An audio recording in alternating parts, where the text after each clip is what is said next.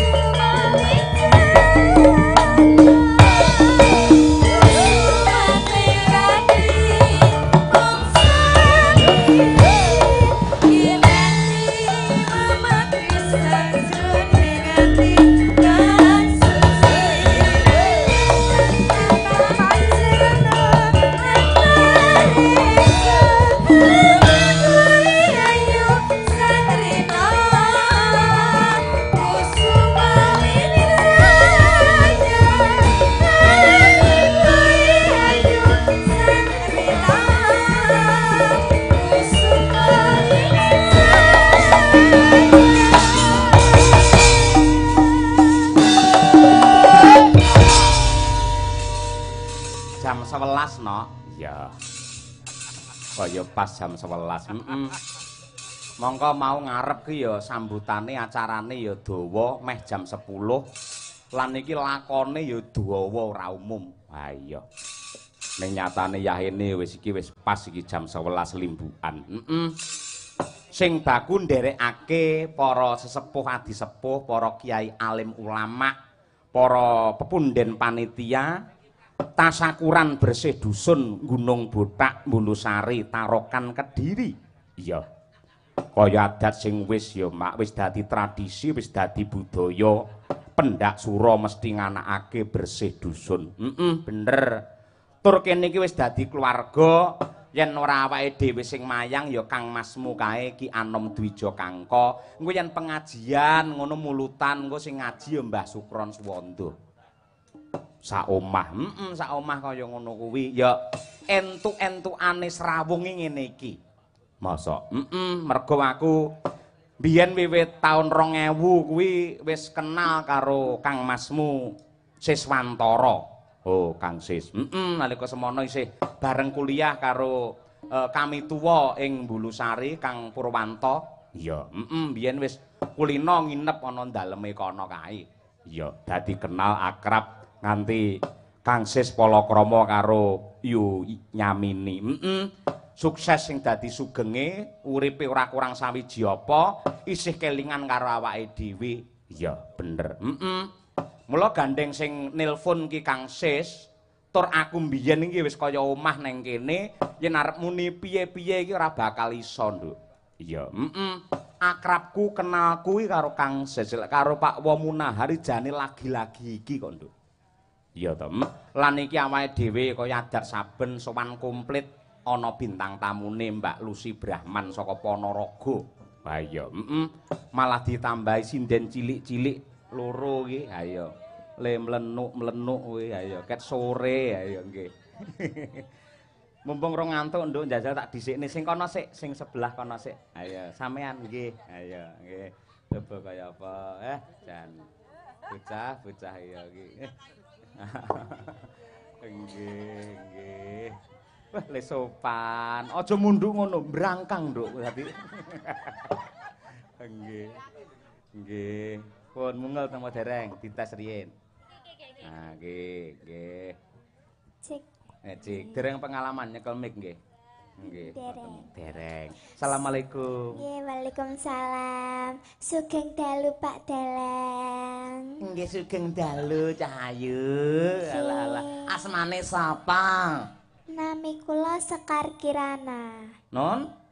Sekar Kirana. Sekar Kirana. Nggih. Kelas pinten? Kula kelas 6 badhe teng SMP. Oh, badhe SMP. Nggih. Nun sewu SMP kaya rekake ngangge kotang barangi nyapa. Niki namine Kamisol. Oh, Kamisol. Nggih. Oh, benten nggih, Mbak nggih. Nggih. Alah, Mbak ya dumisol. Ayo ngono kuwi. Elak. Sekar Kirana nggih. Nggih. Daleme pundi? Daleme Kabupaten Kediri, Desa Kalipang, Kecamatan Grogol, Kabupaten Kediri. Oh, Kalipang, Nggih. Grogol. Nggih. Bapake seniman? Mboten. Ibuke sinden? Mboten. Lah apa? Sadian sekul sambel tumpang. Ditumpangne neng ndi?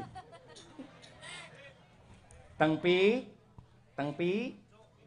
Piring kalau sambal tumpang ayo. Teng godhong pisang ini kula. Oh iya, teng pincuk nih kok, heeh. Nggih. Oh iya, nggih.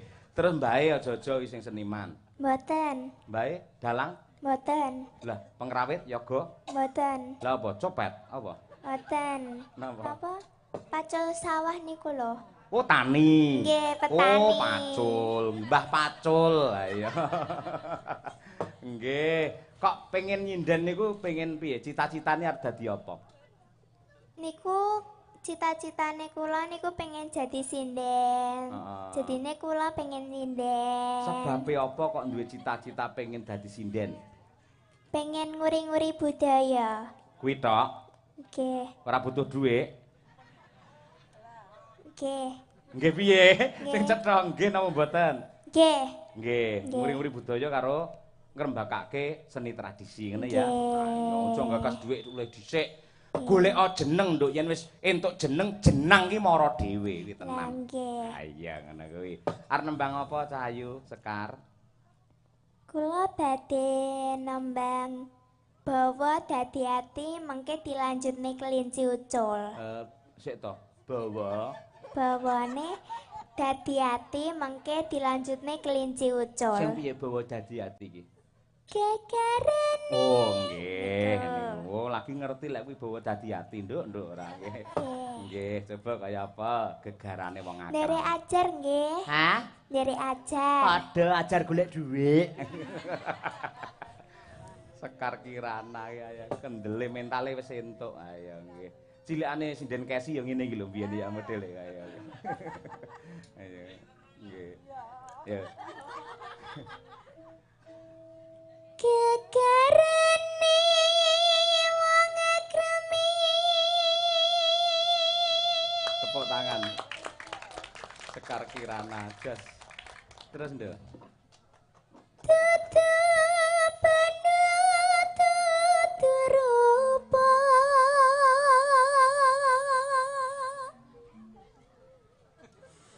Among ati pawi.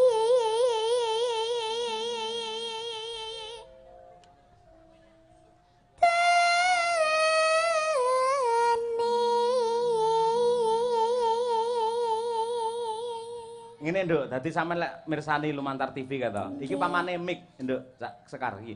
Dadi posisi jangan di sini, lek neng kene nutupi tutuk agak ke bawah. Oh, nah, ning ki adepe tetep neng tutuk, nek rada medun men tutuke jenengan teng mriku ketinggal. Ah, ngoten bener. Ngene, lek sik sak sampean iki ngene iki. Lha Mbak Lucy nyekele, Mbak Lucy nyekele wis ngene ndek iki. Wis kewer-kewer ngono kuwi. Ngenten nggih. Nggih, betul 100. Heeh, ngono kuwi. Kok nyekel weteng luwe to, Nduk? Mboten niki ngene. Oh iya. Ngenten lho, ngenten. Iya, bener ya. Heeh, tak kira jari arep ucul ya. Nganu, kami sole ben gak mlorot. Oh iya, mlorot rene sing gumun nduk ayo. Ah iya, ora apa-apa. Terus Luput pisan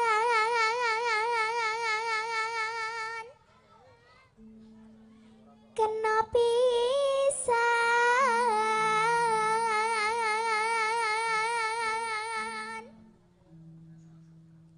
yen gampang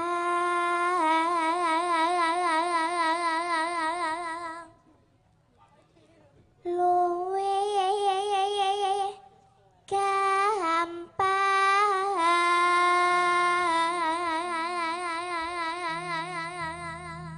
kok rekake kok ya duwe gelungan cilik semono.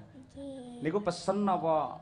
Mboten niki kula tumbas kiambak. Oh, tumbas piyambak. Nggih. Angge dhuwit jenengan piyambak. Mboten. Nganu duwite mama.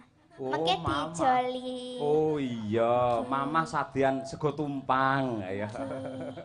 Nggih, apik Nduk, kaya nek antene barang. Ayo, jos. Nah, nggih. Niki sunduk mentul. Oh iya, Ding, aku kleru terus to, Nduk. Peh. Suduk mentul. Ayo. Iya.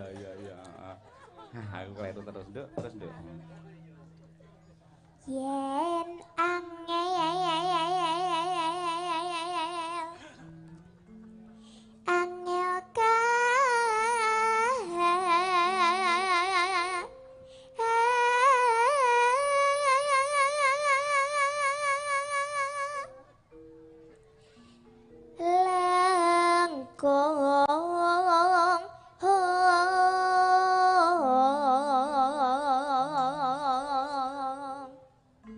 lengkong Neno. Ayo. tan kena ti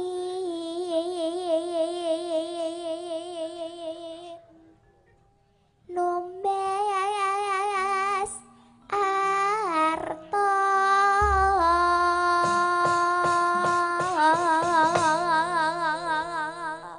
Luar biasa. Para lenggah nyuwun tepuk tangan untuk anak kita Sekar. Nggih. Ora ngira. Ngapuntene nggih, suarane kula serik. Suarane kula serik. Serik ya apa? Serik cara nggenku anyeli, Nduk. Serik. Serik piye maksudnya? Serak-serak. Oh, serak. Nggih. Oh, ora apa-apa, pancen sik bocah ngono. Lek ngombe es disuda, Nduk. Ya. Mboten, kula mboten minum es. Lah apa? Susu. Oh, susu. Minum susu. Ya, Nggih. susu. Susu ning motor apik lho, Nduk. Aja karo cah cilik. Oh iya, Ding, aja. Ya, Nduk. Ya, Nduk, kelinci ucule coba kaya apa? Nggih, Sekar. Sapa mau? Kirana. Sekar Kirana. Kirana. Nggih. Yo biasa, wis Nggih. kendel, suarane apik, njogete ya becik. Nggih. Sampeyan niku dijob kalih panitia kalih Pak Won apa? Mboten, kula tasik dititip-titipne. Kayak kaya pedah ae dititipne, masyaallah. Dadi niki sing amplopi sinten mboten jelas. Mboten ngarepne amplop. Lah terus? Kula tasik cari nama. Oh, lha wis duwe jeneng Sekar Kirana ngono kok. Amplop mboten purun. Purun lak dikasih, nggih. Sik aja mencela-mencele to, Nduk. Mau jare amplop emoh, bareng saiki tak takoni kedua kok malah Tapi purun lek kalau dikasih. dikasih gak apa-apa. Gak apa-apa. Amplop karo isine milih ndi? Isine. Oh, wis ngerti dhuwit bae iki ya. Gandeng ora didhawuhi panitia engko lak mesake lek mbokmu nganti lambene nyuwongot kan cilaka engko. Tamu ngene dalang kondang sing nanggam ngono butak mosok. Lah kae bos tambang kae. Nggih, Pak D kuwi. Matur suwun nggih, Pak Pak. D, nggih. Pak Desis ngono, matur nuwun Pak Desis. Matur suwun Pak Desis. Budi nyamini. Mugi-mugi rezekine lancar. Panjang umur, sehat selalu. Alah, bareng dikek dhuwit le ndongakne Nggih, pinter. Matur suwun nggih, Pak. Nggih. Semoga lancar rezekine kathah. Alah, pengen entuk akeh. Kono nduk ning prapatan guna akeh. Iku ngamen amin. Oh, ngamen ya. Oh Nggih. iya, sorry. Iki jane tak cepakne ning sampean bae wis entuk. Nggih, mboten napa-napa. Mboten napa-napa pripun?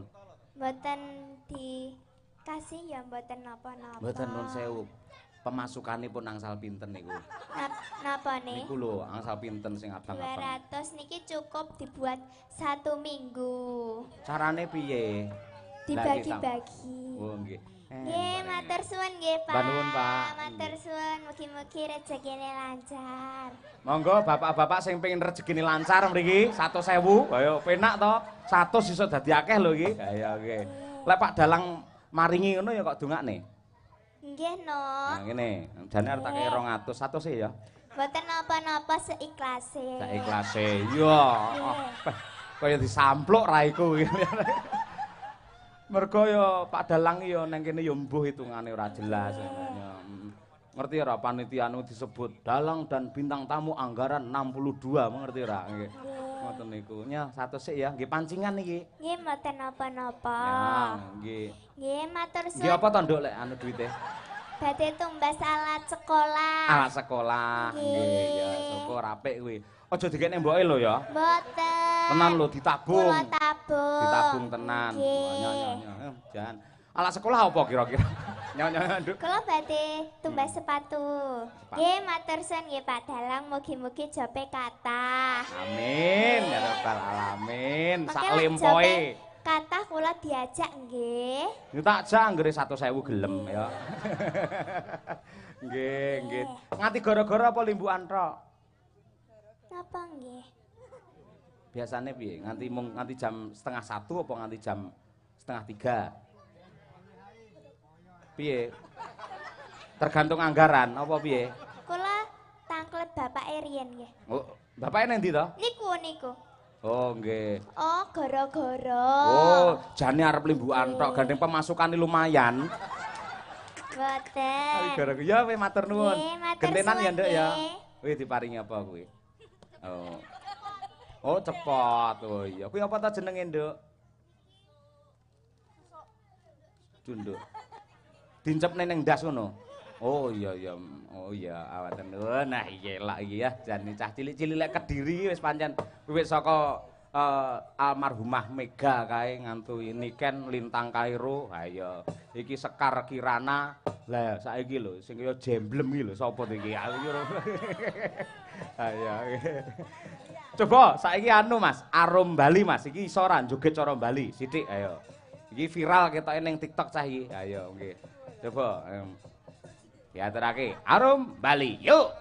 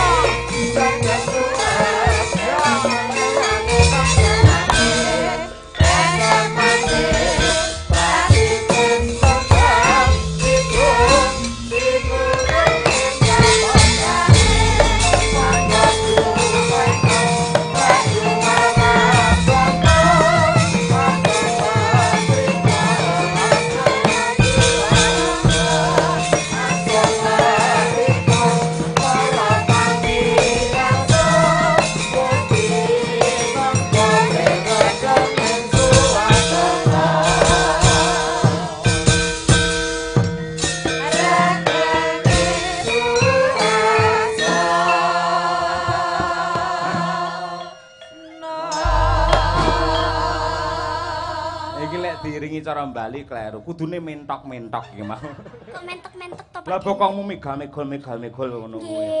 Nggih. Sugeng dalu Pak Dalan. Sugeng dalu Cahayu. Nggih. Pripun kabare sehat? Sehat ya sehat. Heeh. Sehat lahir batin, Nduk. Lek ra sehat ya ora tekan Gunung Bodak to, Nduk, ora. Nggih no. Nggih, jenengan ya sehat. Nggih, sehat kula. Nggih. Asmane sinten? Kimora. Sapa? Kimora. Kimora. Kim ki dhuwit ora wis ngarani. Dadi ora butuh dhuwit sampean kok bar iki. Nggih butuh kula. Wah iya, tunggale ya iya. Kelas pinten? Kelas pinten? Kelas 3 SD. 3 SD? Nggih. Lah ora munggah ping pira, Nduk? Lah kula munggah kelas 4. 4 iki ya. Lho kok wis semono mblegendong ngono kelas 4. Ya nggih kula nggih kuwi gembrot. Iya, Nggih kula turutane Niken Salindri niki. Turutan iki apa? Turunan nggih. Oh, turunan generasine ya. Nggih. Ah iya, mape. Daleme ngendi? Daleme niku Kediri, Gringging niku lho sing niku nggih. Oh iya niku. Oh bener. Sandinge sampah kuning to? Oh ngerti aku. Kok sanding sampah to, Pak? Mosok ngen ora ana tempat sampahe, ora. Enek ora? Enten. Lah iya bener ae. Gringging karo pasar ngendine pasar? Nggih, pasar Gringging. Oh uripmu ning pasar kono ya, Nduk? Boten. Lah iya karo pasar ngendine ngetan ngulon ngalor ngidul. Kula teng pojok Mbulusari. Pojok Mbulusari. Nggih. Heeh. Wis Nduk suwi-suwi aku malah bingung dhewe, Nduk. Lah iya nggih kula nggih bingung iki. Ape, jenengan wis kondang lho sok nderek Pak Kangko bareng to? Nggih. Oh iya karo Pak Cahyo lagi pisan iki apa wis tau mbiyen? Nggih, tahu teng Bulusari. Oh mbiyen kae. Nggih. Oh iya lali. Pas kelas 2. Sopo? Lho, kelas 2 kok sopo to Pak? Sopo? Iya. Oh. Berarti ya udah karo 2 tahun yang lalu ya, Nduk ya. Nggih. Oh iya, iya. Ngene anu ngene Pak Wo kae to? Nggih, Oh, Pak iya. Purwo niku. Pak Purwo. Iya. Sampeyan arep nembang apa arep ngopo iki? Nggih, kula nate nembang nggih. Nggih, badhe nembang nggih. Badhe nembang. Nggih. Kula badhe nembang Kutut Manggung mawon. Sing klasik sik kuwi engko nggih gara-gara. Sampeyan nang gara-gara ora? Nggih, nganti gara-gara. Liyane Kutut Manggung apa? Lek yahene iki kutute sik kademen. Ayo. Nggih, kula nderek ajar Bu Kesi Pangkur Semarangan mawon. Wah. Bu Kesi sing ndi jajal? Niki, Bu Kesi yang cantik niki. Oh iya, kaya roh ae. Nggih. Sapa favoritmu sapa? Sinden idolamu sapa? Nggih Bu Kesi niki. Oh, penek Bu Kesi terus Bu Kesi ora. Nggih Bu Kesi no. Heeh, Bu Kesi iki bojone sapa? Bojone Pak Dalang. Oh, Pak Dalang. Oh iya. Nggih. Pak Dalang omahe endi? Pak Dalang. Muni ora digowo ngono. Ayo. Ayo. Ya coba pengen ngerti aku pangkur Semarangan. Ayo nyengkok Bu Kesi. Nyun pangestu sik karo Bu Kesi. Ayo izin sik. Bu, kula nderek ajar nggih. Iya, Nduk, putuku Cahayu Cimora. Kula namine Kimora nggih, boten Cimora. Sing bener Cimori. Bu Kesi yo ngawut ae ora. Iya, Nduk, Kimora. Nggih, nadane sak pinten? Ya kok sik to, Nduk. Sik buke siarke takon karo sampean. Nggih. Kok sampean jenenge kok Cimora kaya Kimora. Kimora gan kaya jeneng Jepang to, Nduk. Nggih. Apa nek keturunan Jepang sampean? Nggih no. Oh. Bu Kesi ora ngerti to. Asline dudu Jepang, ning pancen blasteran. Dadi mboke iki Ambon, bapake kebok, anak-anak kluthuk iki lho. Alah iya ya Kimora. Nggih. Iya, Nduk. Tak pangestoni coba nembang pangkur Semarangan sok jeneng bisa mumbul dhuwur kondang sak donya. Amin. Amin. Ayo, apa? Mingkar mingkuring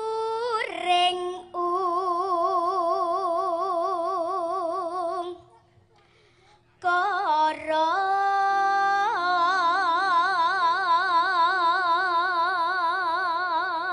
Luar biasa lah iki, bocah iki elak tenan.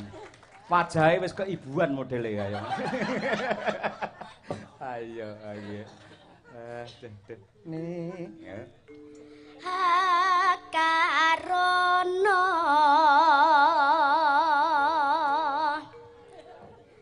karenan mardi Sing mak nggih ngene iki jempol apa tangan sing ndok diri sini. Niki. Tak kira jempol ora. Kok iso padha modele ora. Nggih. Dadak ngene-ngene gen ngopo? Mardi dadak ngene iki nyapa? Nggih mboten napa-napa kula nggih gayane niku. Wah iya, gayane ngono. Bener. Heeh. Sindene Pak Cahyo ya enek sing gayane nginang ngene ya enek ngono, heeh. Mardi terus piye, Nduk? Siwi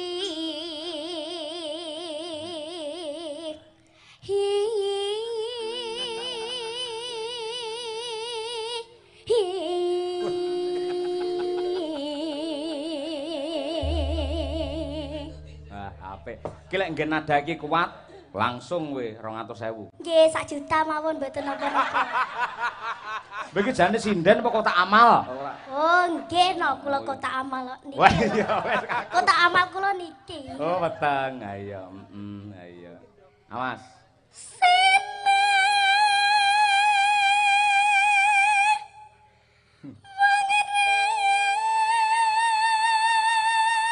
Alon-alon dulu.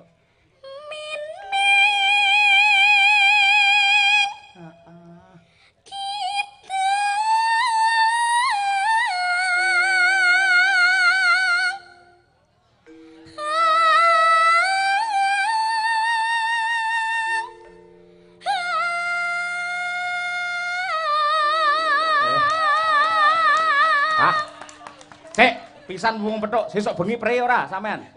Napa? Besok malam prei ora? Kalih kakake sampeyan. Besok bengi, malam Minggu. Napa? Malam Minggu mburi. Malam Minggu ngguri. Heeh, ning ndi? Tanggapan ora? Mboten. Boten. Tenan yakin? Nggih. Ya wis ning omah aku yo prei yo, Nduk. Nggih, kula mangke tak njaluk nomor telpone Bu Kesi. Wah, iya, heeh, Engko Vikolan ya karo Bu Kesi ya. Ngono kuwi. Engko karo Bu Kesi ben di SMS. Apik tenan iki, Nduk. Wah, jan wis luar biasa. Terus Nduk, ngene iki. Iki iso ora cengkoke Bu Kesi njajal? Ayo. Nggih, kula coba nggih. Ning jari aja dicicing-cicing ning ngono to. Ayo. Nggih, kula melorot niki. Ayo. Nggih, kula tak nembak. Iya.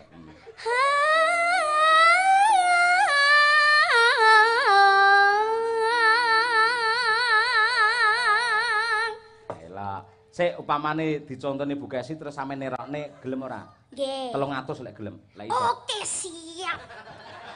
Aku susu wedi to nduk karo awakmu. Susu kaya Susana kecil ya.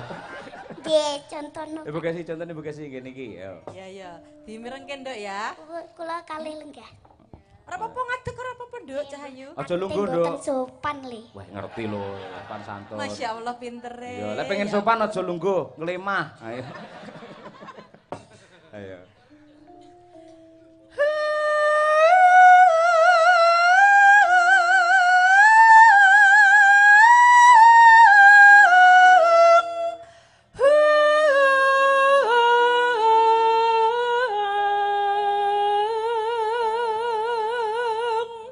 Wis nduk iki kena nggih bunci golek duit. Dadi sinden kuwi cucuk timbangane derep nduk tenan. Nggih. Wis paham apa urung? Nggih, bareng sampean. Wah, bareng. Bareng berarti ya 150 ding ayo. Lah kula niki piye uangnya?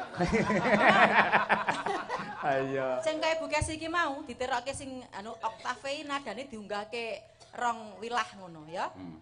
Coba. Medhep rono.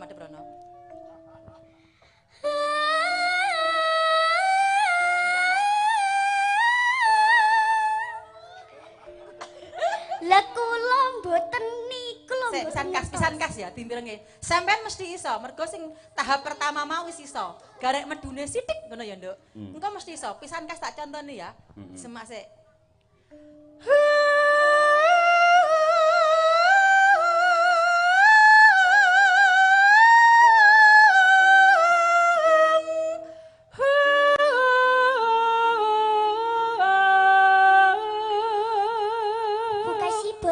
Sedikit aja. Apa? Sedikit aja, maksudnya mboten kabeh. Bablasan to? Nggih. Oh, dikit-dikit. Ya, coba. Nah, coba.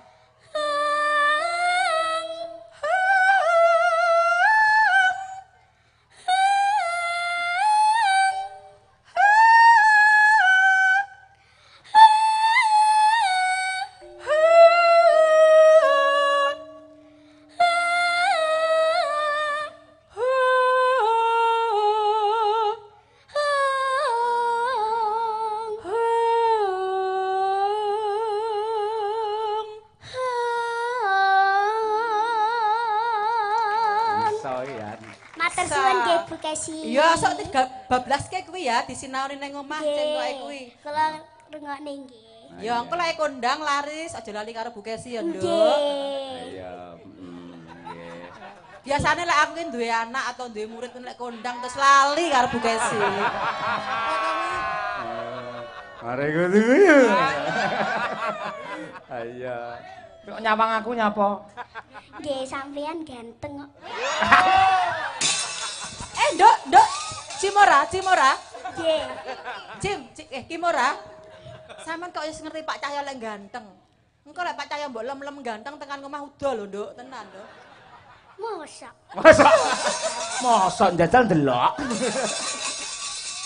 Sampeyan ya preso lek Pak Cahya ki ganteng, lek Pak Cahya ora ganteng Bu Kesi ya ora gandrung lho, Nduk.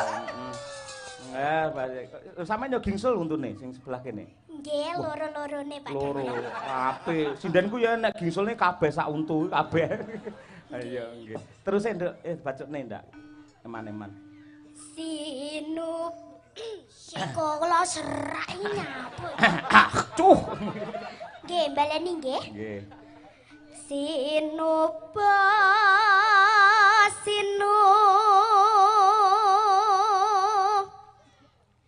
Karta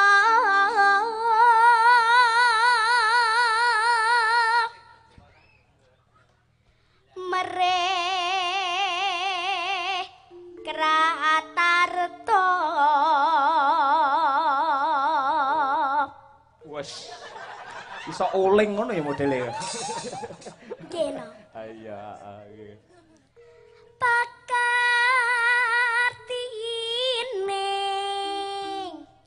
ngilmu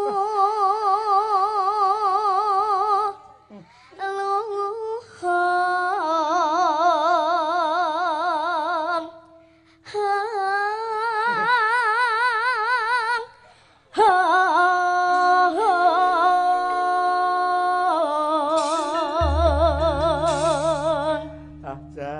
kelas 4 SD wis kaya ngono.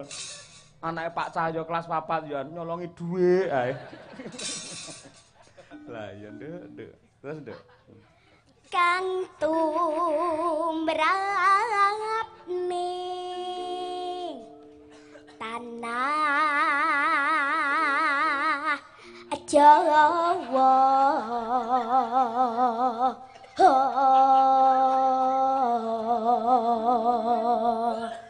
Ngene ora isin ya, Nduk ya. Nggih, Mas niku kok iso.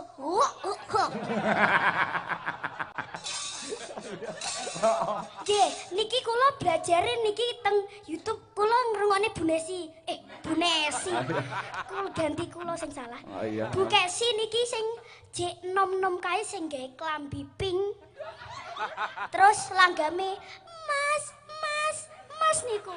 Ya bokongmu aja kok depne rono ngene penonton ngono iki. Oh iya, aja dipleroki to. Oh iya. Klambine apa pas kuwi? Pink. Lah pas kuwi duweni yo pink tok kuwi.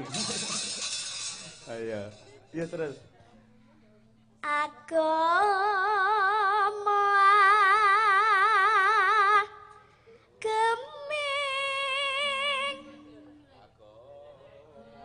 agama gemeng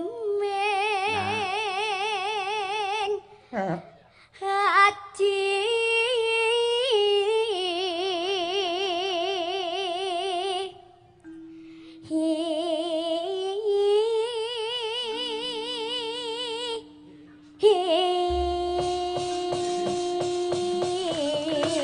Luar biasa. Kimora elo. Niki langgame niku lewung mawon. Oleh wong. Nggih. Oh iya ne dijogeti lho ya. Nggih, kula jogeti. Ah, Tenang piye? nggih Pak Dalang. Engko tapi lak kula jogete suweser disangoni nggih. Oh beres. Ayo aja kuwatir. Ayo. Pokoke sing seser ya gulung-gulung tekan nggen suketan kono lho ya. Nggih. Ayo. Ayo to, Mas Bontot dipinangkani adikmu Mas iki. Iya. Iya terah kurungan ayo. Ayo.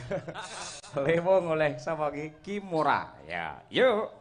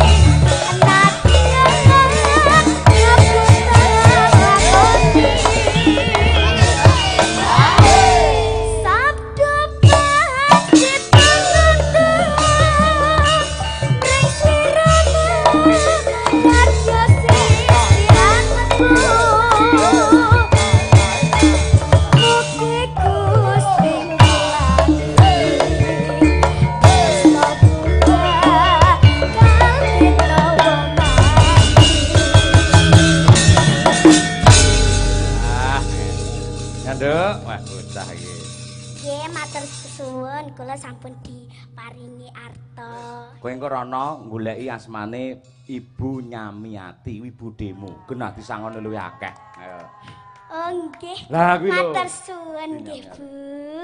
Budhe. Gausarene Bu, tak parani mawon. Nah iya. Matur suwun, mugi-mugi rezekine lancar, sehat selalu nggih. Nggih, mugi-mugi niku apa niku? Kula nggih matur nuwun nggih. Nggih, mugi-mugi Mbah Dua niku sehat. Aja Mbah Duane ku. Mbah napa? Budhe Nyamiati. Animati, Nyamiati. Nyamiati Nggih, dipun paringi sehat. dipun paringi sehat. Kalian Bapak Panitia. Kalian Bapak Panitia. Ya, ngono. Kalau Nggih, kula tambah nek ditambahi. pancing langsung. Oh, matur nuwun. Napa niki? Gubuk asmara? Nggih. Waduh, udah nggih kaya wis paham ya. Dek. Niki dikei 100 niki. Terus? Niki nyuwun lagu Gubuk asmara. Yo diaturi engko ngono. Ya Nggih. tambahinya. Ditambahi. Aku janji. Oh, nggih matur. Wow. Nggih, lucu men to. Weh, tak oprok ngono. Dalang kok lucu-lucu ora. Nggih lucu kaya Ngono kakae jeneng golek dhuwit ya sampeyan. ngene iki ora. Nggih, mugi-mugi lancar, sehat selalu. Amin yo.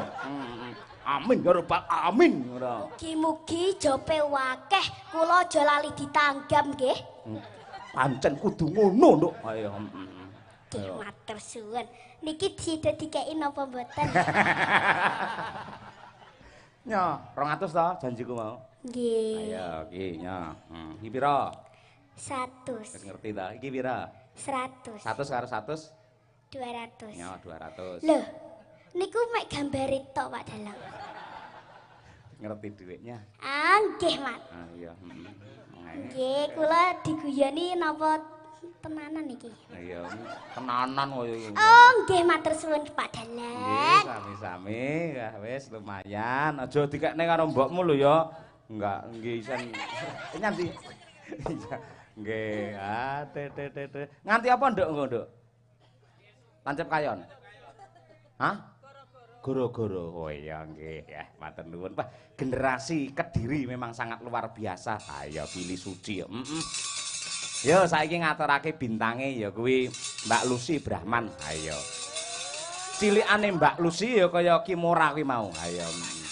Nah. Ning Mbak Lucy saurunge dadi sinden iki mbiyen penyanyi dhisik. Ayo. Dadi ngangge rok sepan ke dhuwur ngono ya. Ya. Jumeneng Mbak Lucy. Nune. Yuk.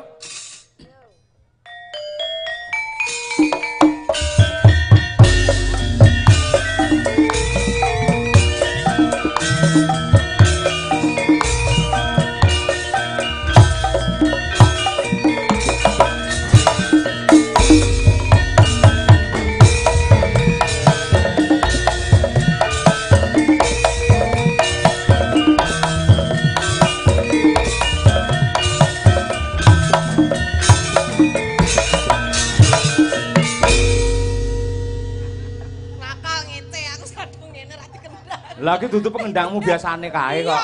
Oke. Lek dek wau sing ngadeg Kimora, saiki kimono. Malah kelambi ora nggih. Donya iki ya cepet men mutere wae. Kok iso? Kados kaya dek wingi awake dhewe sik Joko ambisik perawan lho kok ya wis nggo putus sak. Iya.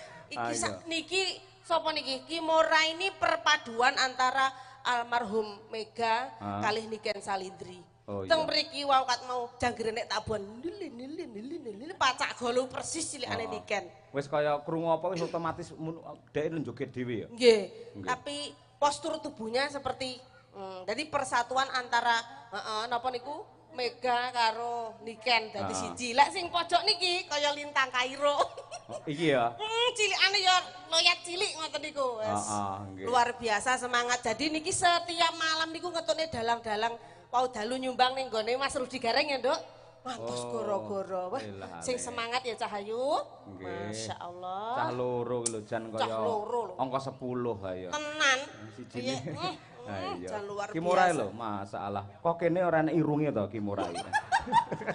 Loh, niki kan sik alit ora apa-apa to besok lek gedhi lak ya perawatan wah. Biyen cilikane Silvi kaya padha irenge ngene iki sakniki nggih mulus. Kok terus guyu lho. Sapa? Loh, Silvi ku Malasari. Niken niku nggih ngoten sakniki nggih pun mulus. Bareng iso dandan. Iso dandan lho sakniki Silvi wis kaya Korea. Padha niki riyen nggih jogete ngoten niku tapi luar biasa lho. Niki suaranya memang kota Kediri niku terkenal napa sinden cilik. Jan luar biasa. Dadi lek bingung golek sinden neng Kediri ngono ngen papringan diogrok-ogrok mak brudul lho sinden ya. Saka akeh. Turun temurun lahir sinden cilik dari generasi ke generasi. Saya njenengan mirsani kondisi wonten ing Gunung Buthak. Nggih. Lho, tiap tahun wayangan sing rawuh sak lapangan nggih penuh. Mongko ademe kaya ngene isih kersa mirsani wayang. Masalah kula nggih nggumunake piyae mriki. Piyayine grapyak semanak napa melih. Kula kaget melih wis ra iso mingkem sowan ing daleme Pak Sis. Oh, Pak Sis Wantara. Masalah trek kok semono bene. Wakeh Mon ya? mau tak demoki siji-siji. Sampai aku yang batin ini Pak Sis sajake pajerone ora digawe sampai hulu kok ora dicuci kaya tak gawa-gawa mulih aku ngono. Turah semono mbane aku. Mboten kersane dukun pijet Pak Sis. Bu enggo yo. Masyaallah. Kuwi sponsor utama. Dadi Kang Siswantara karo Budi Nyamiati iki pancen ya sponsore. Sing menentukan dalang barang sapa ki yo Kyai loro kuwi. Matur sembah nuwun. Niki bersih desa nggih. Bersih dusun nggih. Bersih dusun. Luar biasa. Bersih dusune kaya ngene lho Mas. Lah iya to, hebat lho. Kamangka dusun iki mek pirang RT lho. Lah iya. Kok iso nanggap Ki Cahyo Haji, Ki Cahyo Kuntadi. Mergo dosen.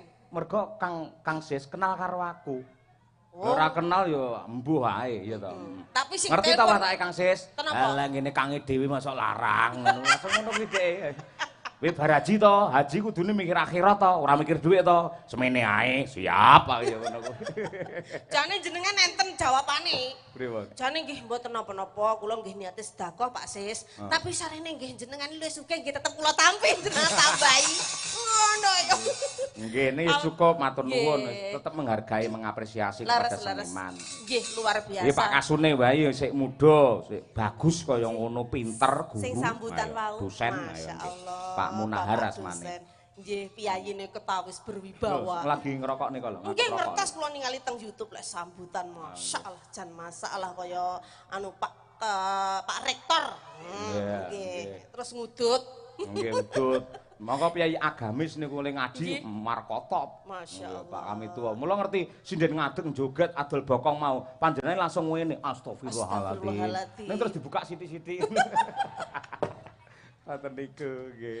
Nggih. Dongane pripun Mbak Lucy? Dongane mugi-mugi masyarakat dusun Gunung Buthak. Gunung Buthak tansah diparingi keselamatan, dipun paringi panjang yuswa, katentreman kalipaken ing rejeki ingkang kuatah barokah. Amin. Dusune dipun tebehaken saking segala sengkala ingkang dumugi ayem tentrem gemah ripah loh jinawi kabeh rezekine kuatah. Amin. Alhamdulillah nggih matur sembah nuwun kanca-kanca panitia Pak Sis sekalian Ibu, Pak Kasun, kanca-kanca perangkat. Alhamdulillah nggih. Dados perangkat niku sulit saat sekarang niku Mas. Kok iso? Lah nggih to, engko lek salah sithik dipaido viral. Nggih to. Napa melih ngeten-ngeten iki mesti akeh tomboke ngelune nggih ta Pak Po? Urung-urung lek dum-duman BLT sik dipaido Pak RT. Pak RT pundi Pak RT?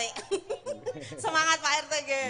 Terus seragam kabeh wau minggah panggung. Sarunge ya padha putih kabeh. Oh, kaya ngono kuwi. Lambang kesucian untuk mengabdi kepada warga masyarakat wonten ing Gunung Buthak mriki. Wau wonten wekasan Pak Sis kali Ibu. Nyuwun lagune Denok Jolali. Napa biasane duet to? Napa? Napa biasanya duet ten panggung? Yo nyuwun prisa. Nggih. Oh nggih. Nyuwun pangapunten Pak Sis. Sing dikersakne duet Denok sinten wau? Bapak kali Ibu napa Pak kami tuwa napa? Ngene. Aku kelingan. Dadi sindene kok nembang, pamane sama nembang. Engko Yu Nyamiati sing nyawer. Oh ngaten. Ayo. Oh Siap. Tapi wau kula pun disiapne kanca duet tok. Sinten Pak RT napa Pak Kami tuwa? Oh, Lintang Asmara saged. Oh, nggih, monggo Bapak Sis. Oh, lek kuwi karo anu Kang Sis kuwi. Oh, nggih. Nggih karo Budhe ngriki pisan Budhe. Budhe, monggo katuran jumeneng. Ayo, nggih. Sepote Cah. Yo, coba kaya apa? Dedek.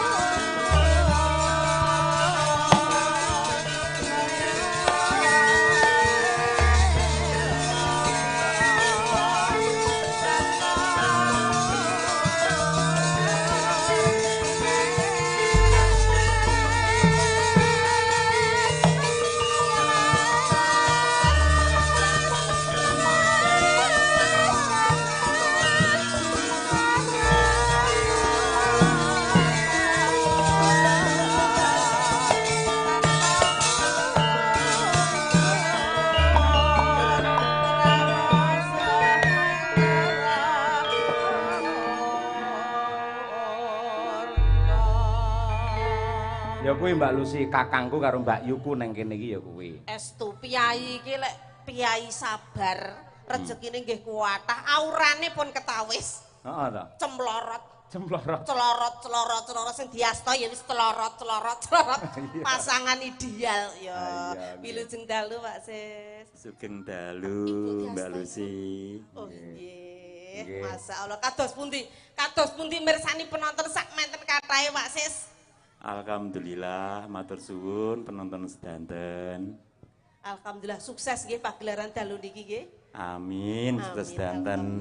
Matur suwun Dimas. Nggih Kang Mas, sami-sami Kang Mas. Mugi-mugi PT Tiara tansah sukses, Budhe Nyamiati nggih sehat walafiat. Amin, ya rabbal alamin. Pak Dimri kita Ibu monggo.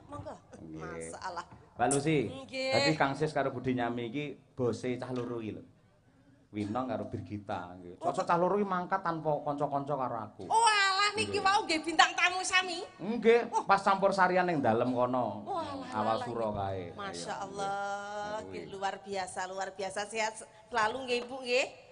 Mboten ngersakni tukang umbah-umbah ta Bu. Aku kur melek pajerane jejer 5 nang ngarep. Wah iya. Mon aku sitok 10 tahun ra ganti-ganti. Ning Kang Sis paring dawuh. Ya, Iki anu iki mung titipane saka Gusti, ora nggih aku. Iki tetep ana sing berhak untuk menerima rezeki dari Tuhan lewat saya. Mila angger enten acara ngeten iki santunan, klebu wayangan sing nyukupi ya piyayi loro kuwi. Ngono kuwi kudu dicontoh nggih. Heeh. Sae niku jenengan nggih nyontoh piyayi Pak Sis nggih. Nyontoh kula nggih. Dadi lek enten kanca-kanca kathah ngoten ya. Ayo do mangan-mangan yo bayar dhewe-dhewe. Ngoten niku. Niki Tembangin apa mau? Napa riyen Bapak? Denok napa Lintang Asmara? Oh, pengenane buke denok. Buke kok wedi nok ngasta mik to, Bu. Monggo cek kula sandi. Oh, Ibu namung nyempeng mawon, pun. Ah, mangke kalih kula nggih. Siap, nggih. Napa riyen? Lintang Asmara no Kang Sis kan wis arep duet Kang Sis. Ayo.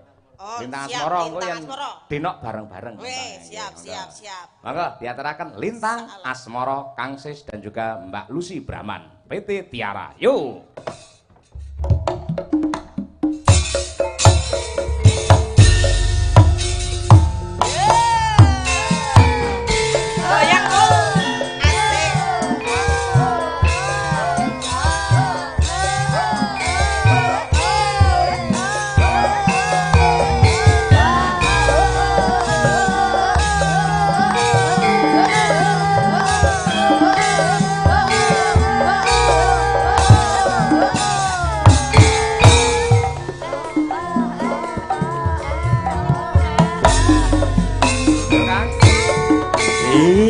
Pan toro ratri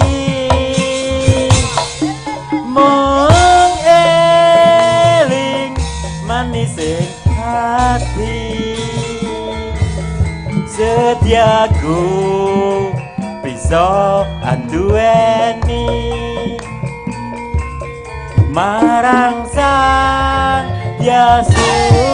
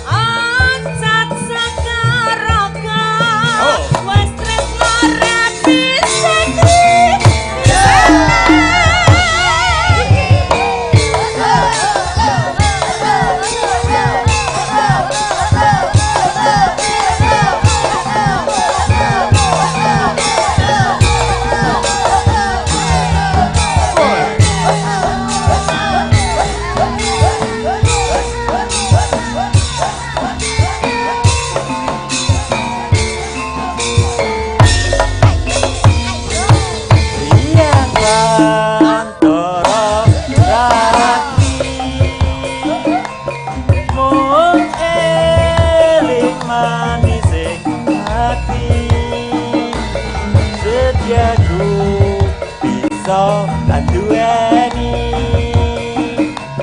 marang sang Yasulaksmi.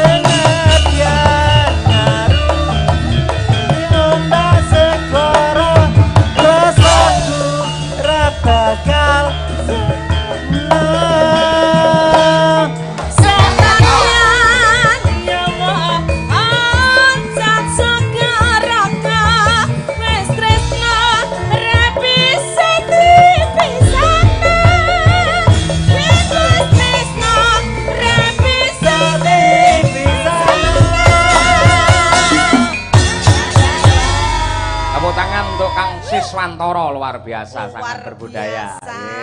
Ketawise piyayine mendel tapi suwantene nggih melengking. Piyai budaya Pak En niku nggih seniman hebat riyen Suwardi. Oh nggih ta? Nggih. Tapi Ibu ya malu. Nggih. Di iki ngene, dalam permintaane Mbak Ayumu. Nggih. Tembange apa mau? Denok. Engko kabeh kon joget. Oh nggih, siap. Mbak Ayumu yang dhuwur, aku tak ngudun. Oh iya siap. Tuh ngono ae to. Nggih. Ning kula pilih niki anu Kang nggih lek Bu Kesi kali Bu Lia nika mboten khusus klasik niku. Nggih. Nyapa karo Mbak Yuni ya ora apa-apa to. Nggih mboten napa-napa sekali niki. Heeh, karo Mbak Yuni. Ya dia. Lho. Pak J. Mau ngono dia karo Mbak Ayune. Nggih. Yo selain Mbak Lia, yo mungkin saka Mbak Winong, Mbak Bir, Mbak Dian, Mbak sapa kuwi? Mbak Kesi. Ayo terus Mbak Tuti. Ayo. Lagune Denok. Ayo kanggo genduk Tiara. Muga-muga menjadi generasi yang hebat. Ayo berdiri. Yo. Diaturake coba kaya apa? Yo, Mas Bontot. Diaturake. Denok. Yo. Dados.